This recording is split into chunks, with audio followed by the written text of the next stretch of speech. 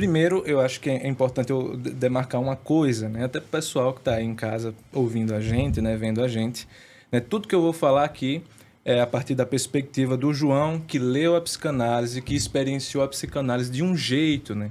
Pode Sim, ser que outros profissionais interpretem de uma forma distinta, tanto que pode ter psicanalistas que olhem para mim e dizem, não, esse cara está falando baboseira, está falando besteira. Eu não vejo a psicanálise, inclusive, falando de subjetividade, né? sim, Alguns podem colocar dessa forma. Mas falando da minha perspectiva, do meu entendimento, né, quando a gente olha, né, a ideia de subjetividade pela psicanálise, a gente vai pensar muito, né, as experiências que aquele sujeito viveu, né, o que é que dentro da história dele, né, dentro do romance familiar dele, né, que é a maneira como ele foi constituído dentro da família, como é que era a relação dos pais, né, a relação dele não necessariamente com os pais, mas com as figuras, né, com as pessoas que ocupavam esses lugares, e vai pensar todo o seu processo de constituição subjetiva, né?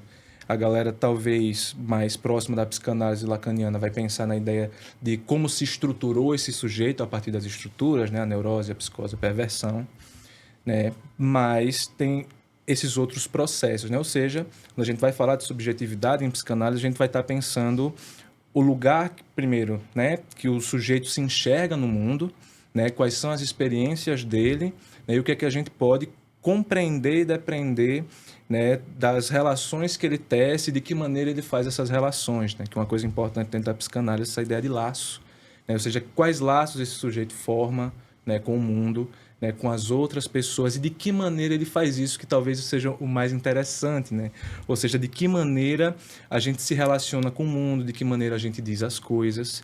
E muita da maneira como a gente faz essas coisas, esses movimentos, né, tanto em direção ao outro, quanto em direção, muitas vezes, a nós mesmos, né, num movimento introspectivo de compreender porque que a gente faz as coisas, passa pela nossa história. Né? sim. Então, eu diria assim, se a gente pensar em subjetividade a partir da ideia de singularidade, né, que é o que nos torna únicos, diferentes de todos, né, então, pensando em sujeitos que são singulares, né, a gente teria muito uma coisa assim muito mais próxima da própria constituição, do jeito, da maneira, né, dos trejeitos de cada um.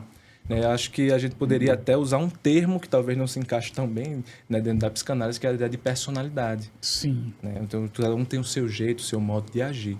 Né? Jogando, né, então, assim, trocando em miúdos, a gente poderia falar que a subjetividade está aí próxima de uma ideia de personalidade, né? Do jeito da pessoa, do modo de agir, de se comportar.